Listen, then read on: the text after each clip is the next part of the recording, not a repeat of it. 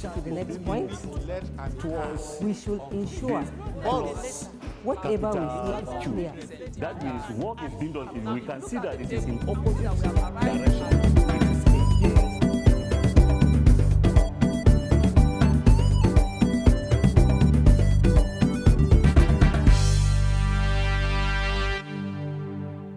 Learners at home, welcome to yet another session of our e-learning on English language. To be precise, test of orals. My name is Pedro Nkom, and I'll be taking you on the aspect of phonetics and phonology. Now, phonetics, we have rolled out so many topics in phonology. I said the story of phonetics and phonology has remained very vital in English language. The art of correct pronunciation provides us confidence and competence in speaking the language.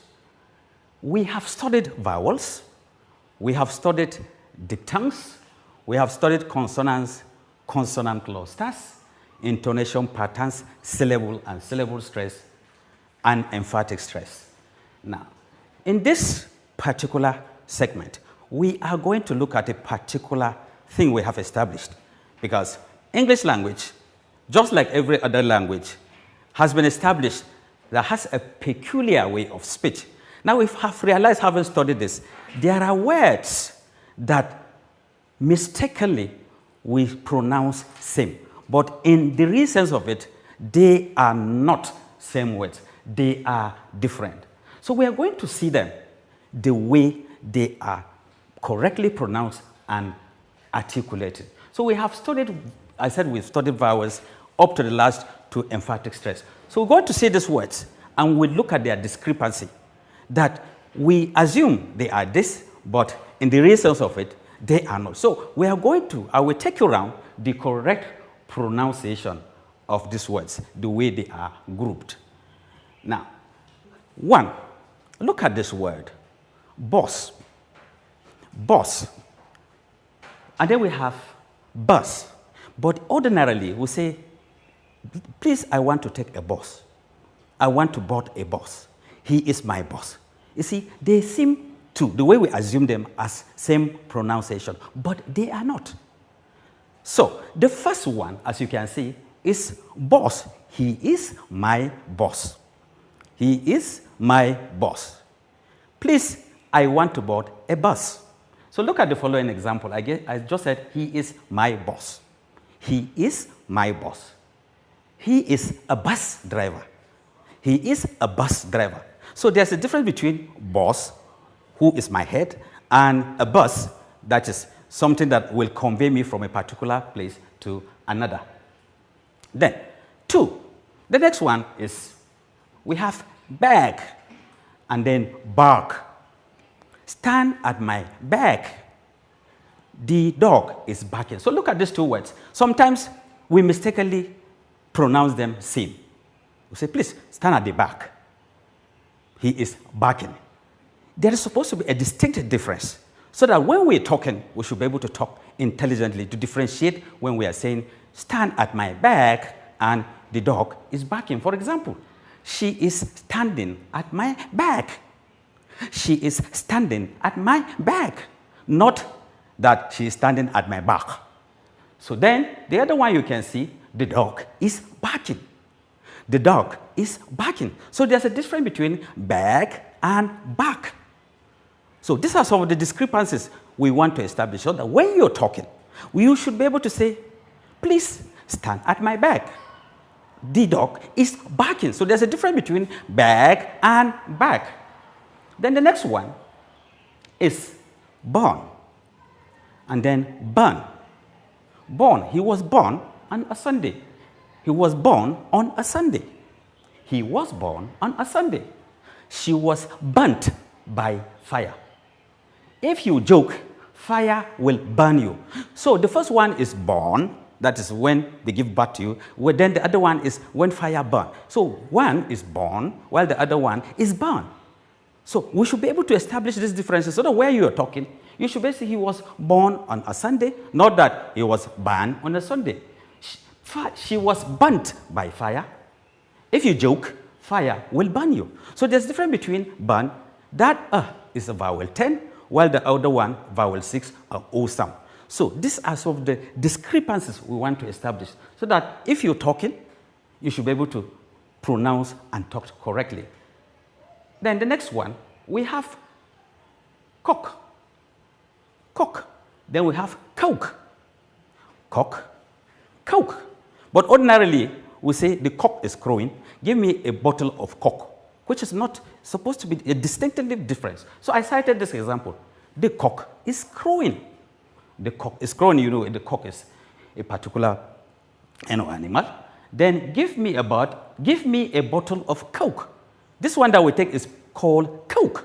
I want to refresh with a bottle of coke because the cock is crowing. The cock is crowing, give me a bottle of coke. So we should be able to establish the difference between coke and cock. Then we have hall. And then we have hole. Ordinarily, we say, go and dig a hole in the hall, which is wrong. Now, the hall, like an assembly hall, is the one that is pronounced with O sound, while the other one takes O. So, go and dig a hole in the hall. So, there's a difference between the hall, where you write exams, and a hole. We should be able to establish that hole is something like your dig, then a hole is a room. So, go and dig a hole in the hole. Oh, we shall write our exams in the hall. Dig a big hole near the hole, that hole. Dig a hole near that hole. So, the difference is, ordinarily you hear us, please go and dig that hole in the hole. It's not supposed to be so. Go and dig the hole in the hole. Next. We have walk and walk. Work. This one is called work. Ordinarily, we say, how is work now? How is work? I am tired from work. Sometimes we don't discriminate between when you're taking a walk and when you walk. So this one is called work. If, for example, I am tired from work. This one is, I am tired from work. That's why I am taking a walk. So there's a difference between walk and work. How's work now? Say, well, I'm taking a walk because I am tired from work. So we should be able to distinguish between when you are, how's work? But ordinarily you hear us say, how's work now? I'm taking a walk because I'm tired from work. It's wrong. So the first one is how is work? I am taking a walk because I am tired from work. So I am tired from work and I am taking a walk. So this one is walk, while the other one is work. Then another example is coach. Coach and coach. Now look at, they are spelled same, but one is with the O.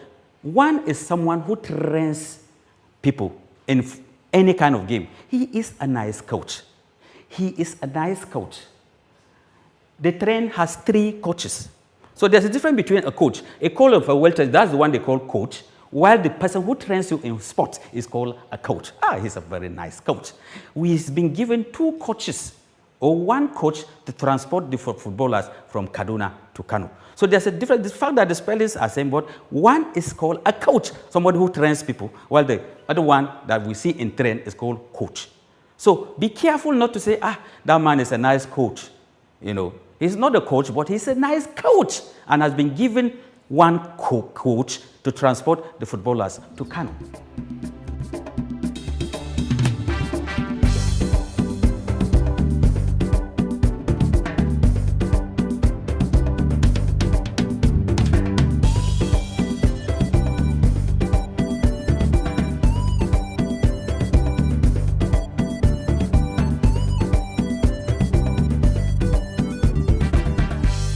Now, the next one is word and word. Word and word. Ordinarily say, please just mention 1 word. I have a patient in ward 6. Mention 1 word. It is not same. Now, if you have someone that you want to see in the hospital, you say, please just 1 word. What word? 1 word. What will I tell him? Just 1 word. I have a case in ward 6. So there's a difference between a word and word. So be able to distinguish that when you are saying something, please remember to say, just mention one word. You often hear students say, one word. It's not one word, just one word. I have a case of a patient in the hospital who is in ward. So there's a difference between a word and word. Then there is this one that ordinarily you see somebody is looking lanky, and then we have a thin. Somebody is looking thin. Instead of us to use the dental sound and say thin, it's supposed to be thin. The first one is thin, while the other one is thin. So there's a difference between thin and thin. So we should be able to say, well, this girl is looking thin. Give her a tin of milk. She is looking thin. Please give her a tin of milk. So there's a difference between when someone is looking lanky, this one that we ordinarily call in our local antics leper, she is looking thin, and give her a tin of milk.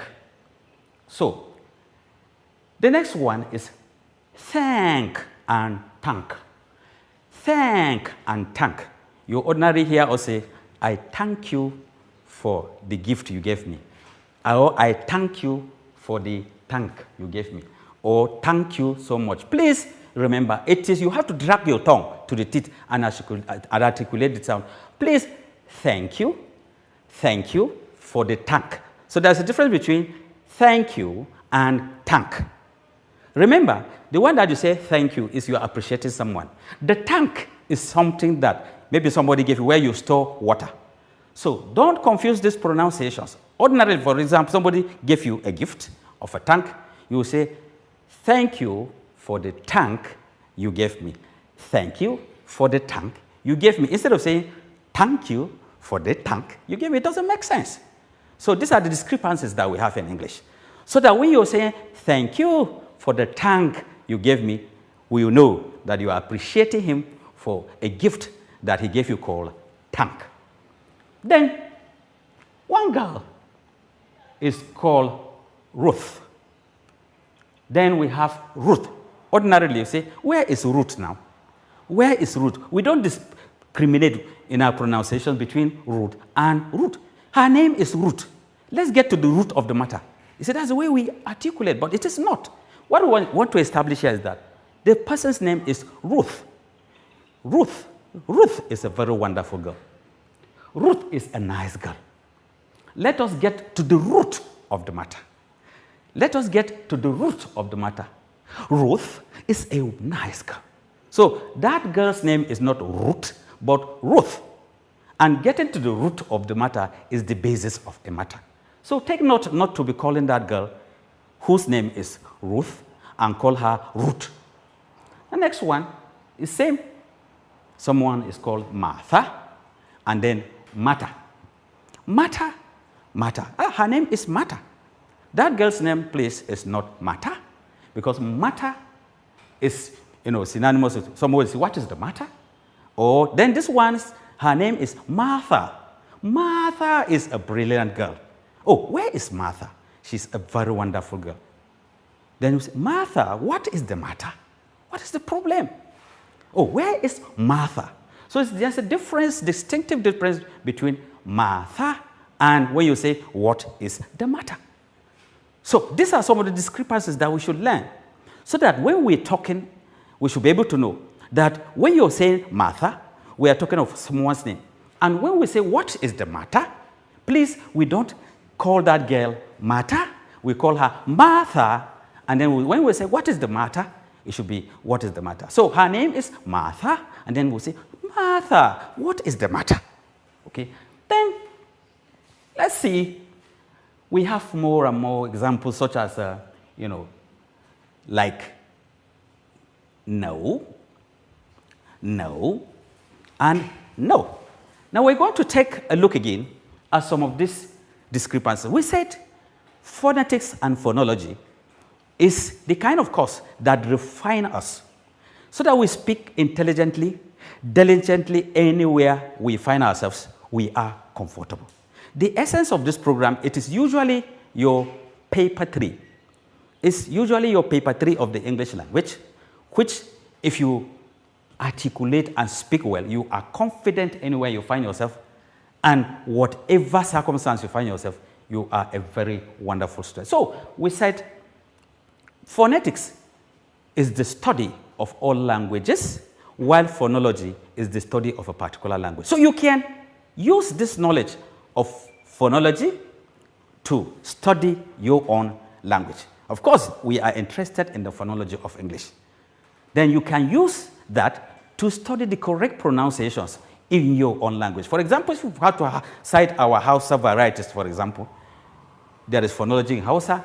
We have the varieties of Hausa, the way Zaria Hausa speak, Kano Hausa speak, and then Katsina Hausa and Sokoto. So all of these things are varieties. So you can get into the phonology of your own language. So we have established and have seen that the knowledge of this, just like I have said, make us to pronounce correctly, that you say she is looking thin, give her a tin of milk. I am taking a walk because I am tired from work. I am taking a walk because I am tired from work. Please give me, just mention one word. I have a case. What will I tell her? She is in ward 5. So there's a difference between a ward, a hospital ward, and a word. But ordinarily, just like I said, you hear us say, just mention one word now. I have a case in the ward. It's not that. It's supposed to be just one word. Let me just go and just one word. I'm going to ward 6. So there's a difference between word and word. So these are the discrepancies that we keep having here and there. Then I told you about coach. Coach is somebody who trains people in sports. He's a very nice coach, but ordinarily you hear us say coach, coachee. He is not. That coach is synonymous with the person that you see in railway train coach. We call them a coach. Then the one that trains you is a very nice coach. He was a very nice coach. The coach has been given a coach to transport the footballers from Kaduna to Kano. The coach has been given a coach to transport the footballers from Kaduna to Kano. So there's a difference between coach and coach. Okay? I said again, boss. He is my boss. Then please, can we board a bus? So there's the one that is my boss. My head is the one that is called a boss. The one that transport you is a bus. Please go and let us board a bus. My boss has ordered that we should board a bus. So there's a difference between a bus. He's a bus driver. That guy is a bus driver. But my boss said I should look for a bus driver. So there's a difference between boss and bus. So we hear say, it's my boss, so where is the boss? So these are some of the discrepancies that we're supposed to, so that we don't run into problems, so that when we speak, we should be able to make a distinction, we should be able to clear cut, so that the person that we're talking to know what we're saying. This other one again, assuming I'm a lawyer and I have a case in the court, and I want to wear my suit. Ordinarily, you hear, give me my coat now. I have a case in the court. Same, but it doesn't make sense. The other one I put on is, give me my coat. Where is my coat? I have a case in the court. So there's a difference between my coat and the court. So if you don't make that distinction in pronunciation, I have a case in the court, give me my coat. It doesn't make sense. Give me my coat. I have a case in the court. There's a difference between coat and court. So these distinctions, when we speak, we'll be able to provide a clear-cut reasoning as whoever is listening. We know that when you're talking about coat, you're talking of a dress that you wear. And when you talk about coat, there is a direction that you are going.